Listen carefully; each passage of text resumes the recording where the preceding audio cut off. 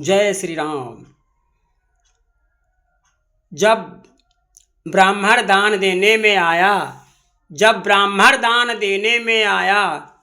तो अपनी हड्डियों तक का दान कर दिया।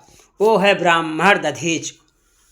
ब्राह्मण दान लेने में आया तो सुदामा बन गया। ब्राह्मण परीक्षा लेने पे आया तो भृगु बन गया। ब्राह्मण तत्व बल पर आया तो कपिल मुनि बन गया। ब्राह्मण अहंकार को दबाने आया तब अगस्त्य ऋषि बन गया। और ब्राह्मण यदि धर्म बचाने आया तो गुरु शंकराचार्य बन गया।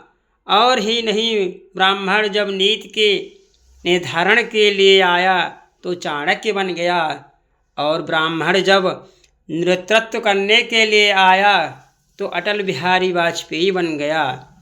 जब देश की रक्षा के लिए आया तो मंगल पांडे बन गया। और जब क्रांतिकारी के लिए ब्राह्मण आया तब चंद्रशेखर आज़ाद बन गया। जब लोगों को एकजुट कराने इस समय आया है जाति पाति को मिटाने के लिए, तब हमारे बागेश्वर धाम श्री धीरेन्द्र शास्त्री बन गया। जय जय श्री राम। लेकिन कुछ जाति विरोधी लोग इस समय फिर भी आरक्षण मिटाने नहीं दे रहे। आरक्षण की चपेट में हमारे ब्राह्मण भाई 90 नंबर 60 नंबर लाके भी पीछे रह रहे हैं। और जिनके पास नंबर नहीं, कुछ नहीं, वो आज डॉक्टर बन रहे हैं। इसीलिए तो अस्पतालों में मौतें हो रही हैं। पैसा लूटते जा रहे हैं पर इलाज नहीं हो रहा है। 10-10 लाख खा जाते हैं, बाद में मिट्टी को वापस भेज देते हैं, क्योंकि डॉक्टर आरक्षण से बन रहे हैं।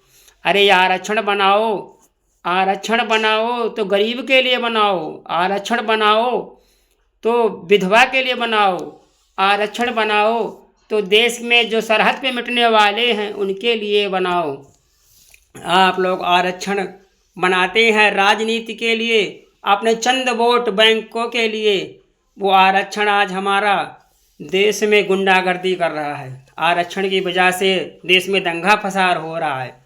आरक्षण की वजह से हमारे देश में मनमुटाव चल रहा है। आरक्षण की वजह से ही जात पात का खेल चल रहा है। अरे हम ब्राह्मण हैं तो ब्राह्मण को ऊंचा होने का एक प्रमाण पत्र दीजिए। हर जगह बैठने के लिए ऊंची व्यवस्था कीजिए कि ब्राह्मण है, ब्राह्मण के लिए कहीं छूट नहीं, कोई जात पात नहीं, कुछ नहीं, बस ब्राह्मण हैं। अरे कम से कम ब्राह्मण के लिए दवाई में छूट दो। पढ़ाई में नहीं दे सकते हो तो दवाई में छूट दो, खाने की सामग्रियों में छूट दो, रेलवे टिकट में छूट दो। आरक्षण नहीं देते हो कोई बात नहीं, पर इतना तो छूट करो। जय जय श्री राम।